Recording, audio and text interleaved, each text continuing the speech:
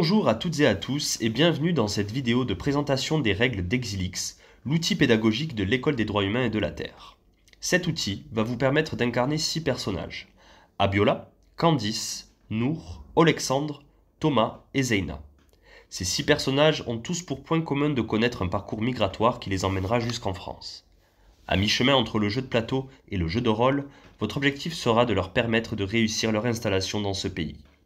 Ces parcours seront semés d'embûches, plus ou moins difficiles à passer en fonction des origines géographiques et sociales des personnages. Soyez très attentifs car les règles de ce jeu peuvent être complexes à assimiler. Commençons tout d'abord par la présentation du matériel qui est à votre disposition. Devant vous sont disposées des cartes personnages. En plus de vous permettre de découvrir l'individu que vous allez incarner, elles seront votre guide pour comprendre le fonctionnement du jeu. Par exemple, en bas à droite, vous trouverez un récapitulatif de la mécanique d'un tour de jeu, c'est-à-dire toutes les actions à opérer lorsque ce sera votre tour, en fonction de si vous êtes sur une case beige ou bleue, ou si vous êtes sur une case spéciale. Au milieu, vous trouverez un détail des cartes et des items à obtenir une fois que votre personnage arrivera en France. Juste en dessous, vous avez le détail des jetons qui vous seront fournis au départ. À gauche, vous avez le nombre et le type de carte en main que vous aurez pendant le jeu. Le monde dans lequel nous vivons étant inégalitaire, tous les joueurs n'auront pas le même nombre de cartes en main. Attention, chaque joueur gardera du début à la fin du jeu le même nombre de cartes. Enfin, en dessous du visage de votre personnage, vous trouverez sa réussite au dé. En effet, afin d'évoluer dans le jeu et passer de case en case, votre personnage sera amené à réaliser des actions qui seront indiquées sur les cartes que vous jouerez. La plupart de ces cartes se jouant au dé, vous devrez faire le score indiqué sur votre carte personnage. Par exemple, si vous incarnez Abiola, et si le contexte politique est normal, il vous faudra faire le score de 4 ou plus afin de valider votre action. Si le contexte politique est critique, vous perdrez une chance au dé, et vous devrez donc faire soit 5, soit 6. Nous reviendrons plus tard sur cette histoire de contexte politique. Là aussi, tous les joueurs n'ont pas la même réussite au dé. Poursuivons avec les cartes. Il y a 4 types de cartes différentes dans le jeu, dont 3 types de cartes avancement. Comme leur nom l'indique, ces cartes vont vous permettre d'évoluer dans le jeu, d'avancer et d'atteindre les objectifs de votre personnage. Il y a tout d'abord les cartes parcours. Attention, ces cartes ne sont par principe utiles à votre personnage que lorsque vous êtes hors de France. En effet, vous les utiliserez pour passer de pays en pays grâce aux cartes transport. Il y a aussi la carte témoignage éloquent, utile pour Abiola et Thomas afin qu'ils puissent obtenir le statut de réfugié. Il y a ensuite les cartes labeur, qui vous seront utiles à la fois en France et hors de France. Comme leur nom l'indique, elles concernent tout ce qui sera lié au travail.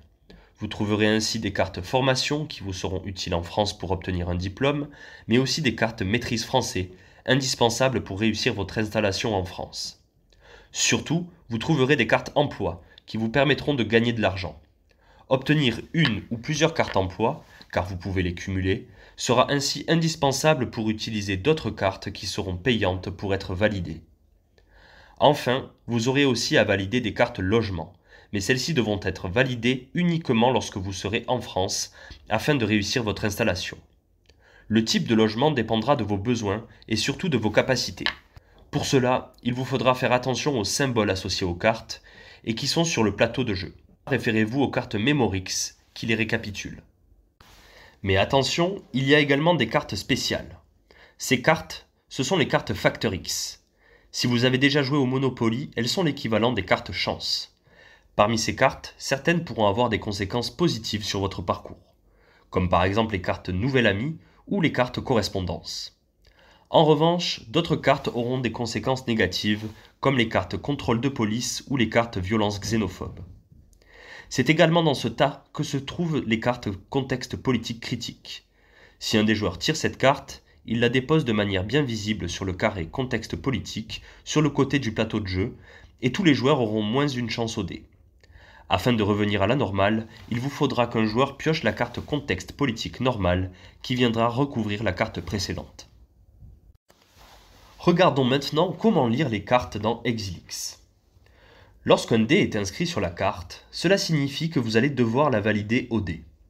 Pour cela, il vous faudra réaliser le score indiqué sur votre carte personnage en fonction du contexte politique dans lequel vous vous trouvez. Donc, si vous validez une carte emploi au dé, vous recevrez à chaque tour le montant indiqué sur la carte. Une carte logement standing devra également être validée au dé. Par contre, vous devrez payer cette fois-ci à chaque tour le montant indiqué. Ici, vous obtiendrez aussi les points de morale indiqués sur la carte. Pour la carte achat de voiture, par contre, il vous faudra juste payer. Pas besoin de la jouer au dé. Si rien n'est indiqué sur la carte, comme pour la carte témoignage éloquent, vous aurez juste à la poser devant vous pour qu'elle soit validée. Les cartes Facteur X se lisent de la même manière. Par exemple, pour la carte Votre famille vous envoie 2 $, pas de dé inscrit, donc pas de dé à lancer pour la valider. Vous recevrez directement 2 $ ainsi qu'un point de morale. Par contre, si vous avez une carte contrôle de police, la conséquence de cette rencontre avec les forces de l'ordre dépendra de votre score au dé indiqué sur votre carte personnage. Prenons l'exemple d'Abiola. Si le contexte politique est normal, un score de 4, 5 ou 6 signifiera que le contrôle s'est bien déroulé. Vous gagnerez même un point de morale. Un score de 2 ou 3 correspondra par contre à un contrôle violent physiquement ou moralement. Vous perdrez ainsi un point de morale. Par contre, quel que soit votre personnage, si vous faites 1 face à la police, vous vous retrouverez en case prison. Attention à prendre en compte le contexte politique là aussi. C'est tout pour les cartes, parlons désormais des jetons et de leur utilité. Ils sont de 3 sortes. Tout d'abord, les jetons argent. Les petits valent 1 $ tandis que les gros valent 5. L'argent peut être indispensable pour se déplacer, valider un logement ou une maîtrise français. On gagne de l'argent en validant une carte emploi ou en piochant certaines cartes Facteur X. Il y a aussi les jetons morales.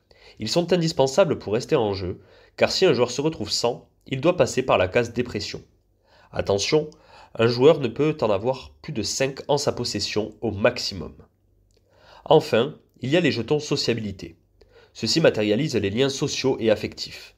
En phase parcours, 1 ou 2 jetons sociabilité peuvent permettre de passer à la case suivante. En France, ils sont indispensables pour atteindre son objectif. Vous pouvez commencer à installer le plateau de jeu en distribuant les jetons, que vous pouvez positionner sur les cases correspondantes sur vos cartes personnages. Distribuez aussi les cartes avancement. Attention, il vous faut jouer avec vos cartes visibles. Ceci permettra de voir quelle carte vous souhaitez échanger si jamais vous êtes en possession d'une carte correspondance. Déterminez également un joueur qui gérera la banque des jetons. Positionnez aussi les pioches de chaque catégorie de cartes. Maintenant, il vous faut comprendre le plateau de jeu avant de commencer à aborder les différentes mécaniques du jeu. Voici une vue aérienne du plateau. Ce qu'il est important de comprendre à ce stade, c'est que lorsque vous êtes dans du beige, vous êtes hors de France, tandis que les cases bleues correspondent à votre parcours d'installation en France. Les plus observateurs auront remarqué que certains personnages arrivent en France beaucoup plus vite que d'autres. Les cases départ de chaque personnage se situent sur les extrémités du plateau. Il y a également des cases orange qui sont des cases spéciales avec une mécanique de jeu particulière, nous y reviendrons. Mais alors, comment lire une case ? Pour passer d'une case à l'autre, tout est indiqué sur le plateau de jeu et sur la case en elle-même. Par exemple, si je me retrouve sur une case beige, une case parcours, lisez les symboles et utilisez les cartes ou les jetons adéquats pour passer à la case suivante. Ici, en Italie, Thomas devra donc utiliser une carte transport afin d'arriver en France. Faites attention aux symboles. Parfois le transport est spécifique et il vous faudra une carte passeur pour passer d'un pays à un autre. Si vous n'arrivez pas à trouver et valider une carte transport, vous pourrez toujours utiliser 1 ou 2 jetons sociabilité afin de passer à la case suivante. Petite subtilité, sur les cases départ, votre personnage perd un jeton de morale lorsqu'il quitte sa région. Passons maintenant aux cases bleues, c'est-à-dire aux cases France. La première case est un récapitulatif de toutes les cartes et de tous les items que votre personnage devra cumuler afin d'atteindre le centre du plateau et ainsi atteindre son objectif. Voyons par exemple ce qu'il en est pour Candice. Celle-ci devra cumuler une carte formation, une carte maîtrise français, une carte logement standing, avoir une rémunération totale de 5 $ par tour minimum et posséder 2 jetons de sociabilité à la fin du jeu. Il n'y a pas d'ordre précis pour obtenir ces cartes et ces items. Une fois que l'un d'eux est validé, le personnage pourra avancer d'une case bleue et ainsi de suite jusqu'à atteindre le centre du plateau. Attention, petite subtilité pour Thomas et Abiola. En effet, leurs cases sont numérotées. Cela signifie qu'une fois arrivés en France, Ils avancent à chaque tour même s'ils ne valident pas de carte ou d'item. Le nombre de cartes ou d'items récoltés détermineront le score qu'ils devront faire au dé sur les cases OFPRA et CNDA afin d'obtenir le droit de rester en France grâce au statut de réfugié. Ainsi, si Abiola valide une sociabilité, a validé la carte témoignage éloquent, a validé la carte maîtrise français, mais n'a pas validé son logement et n'a pas obtenu d'emploi ou de formation, il obtiendra le statut de réfugié s'il réalise un score de 3 minimum sur la case OFPRA. S'il échoue, le joueur aura une seconde chance sur la case CNDA. Voyons voir quelles étapes je dois suivre lorsque c'est mon tour sur une case beige ou bleue. Ici, je suis Thomas, je souhaite quitter le Burkina. Ça tombe bien, j'ai une carte autostop, je lance le dé et super, je fais 6. La carte est validée. Je peux donc avancer, je quitte mon pays, je perds donc un point de morale. Il s'agit d'une carte transport, je ne peux la jouer qu'une seule fois. Je la place donc dans la défausse spécifique aux cartes parcours phase découverte. Tant qu'elle est visible, les joueurs suivants pourront la récupérer afin de la mettre dans leur jeu. Enfin, je pioche une nouvelle carte de n'importe quelle catégorie en fonction de ma stratégie et de la suite de mon parcours. Ici, j'ai tout intérêt à piocher une carte parcours et bingo, je pioche une carte passeur que je pourrais garder afin de l'utiliser au Maroc. Et bien entendu, si aucune carte de mon jeu ne m'intéresse ou si je ne peux jouer aucune carte, je peux me défausser d'une de mes cartes et en piocher une nouvelle de la catégorie de mon choix. Attention, je ne pourrai jouer cette carte qu'au tour suivant. Ce n'est pas encore terminé, puisque je dois encore piocher une carte facteur X, une carte rouge, et suivre la conséquence de celle-ci. Une fois que c'est fait, mon tour est terminé. Ici, Thomas a un emploi et risque un licenciement s'il échoue au dé. Il fait 6, donc il garde son emploi et se défausse de la carte facteur X. Contrairement aux cartes transport que l'on n'utilise qu'une seule fois, certaines cartes, une fois validées, ne sont pas replacées dans la défausse. Il convient de les placer devant nous. C'est important notamment en France pour bien montrer que l'on cumule toutes les cartes nous permettant d'atteindre l'objectif final. Ici, Candice obtient un emploi. Elle reçoit ses 3 $ et le joueur place la carte de manière bien visible au-dessus de sa carte personnage. Pour remettre sa main à 4 cartes, il lui faudra repiocher une carte dans la pioche ou dans la défausse de son choix. Cela signifie qu'à un moment donné dans la partie, je vais avoir dans mon jeu ma main, en bas de ma carte personnage, composée de cartes que je n'ai pas encore jouées, validées ou défaussées. Et mes cartes validées, en haut de ma carte personnage, bien visibles pour rappeler à moi-même et aux autres joueurs mon avancement dans la partie. Avec un tel jeu, Candice est à 2 doigts de valider son objectif. Ainsi, avec ses 2 jetons sociabilité, Candice arrive au centre du plateau. Passons maintenant au fonctionnement des cases orange. Ici, la mécanique est différente.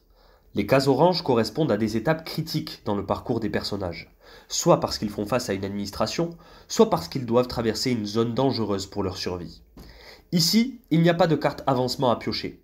En effet, tout va se jouer sur un lancer de dés. Le score à réaliser est inscrit sur la case en question. Ne prenez pas en compte le score des personnages, ni même le contexte politique qui n'a pas d'incidence. Par exemple, lorsque Nour doit traverser la mer Égée, si elle fait 3, 4, 5 ou 6, elle peut débarquer en Grèce. Si elle fait 2, c'est un pushback. Elle est donc repoussée sur la côte turque par la police aux frontières et retourne sur la case Turquie. Si elle fait 1, elle décède malheureusement durant la traversée. Sur ce lancer, le joueur fait un 2. Nour doit donc retourner en Turquie. Attention, après ce lancer, n'oubliez pas de piocher une carte facteur X rouge. Rappelez-vous, un mémo est visible sur votre carte personnage pour vous remémorer l'ordre des actions à effectuer. Si par malheur vous vous retrouvez dans les cases prison ou dépression, c'est soit parce que vous avez fait un score de 1 face à la police, soit parce que vous n'avez plus de jeton moral. Dans ces cas-là, les 2 cases ont le même fonctionnement qu'une case orange, sauf qu'il vous faut prendre en compte le score à réaliser sur votre carte personnage en prenant en compte le contexte politique. Prenons l'exemple d'Abiola dans un contexte politique normal. Si je fais 4, 5 ou 6, je sors directement de la case en question. Par contre, si je fais moins, j'avance d'une case dans la dépression ou dans la prison. Et ainsi de suite, jusqu'à ce que j'en sorte. Au bout de 3 tours maximum dans la case dépression, avec 2 jetons de morale lorsque je reviens en jeu. Au bout de 4 si je suis dans la case prison, avec 2 jetons de morale également.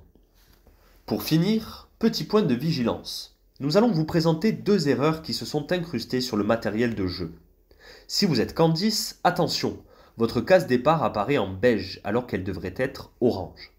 Fiez-vous au petit dé dessiné ainsi qu'au score à atteindre pour vous souvenir qu'il s'agit bien d'une case étape critique. Enfin, sur certaines cartes personnages, il est écrit que certains d'entre eux doivent recevoir une carte emploi. Il s'agit en réalité d'une carte labeur, catégorie dans laquelle on retrouve, entre autres, les cartes emploi. Voilà, c'est tout pour la présentation des règles d'Exilix. Merci pour votre attention, bonne chance et gardez à l'esprit qu'Exilix retrace des parcours de vie inspirés de la réalité.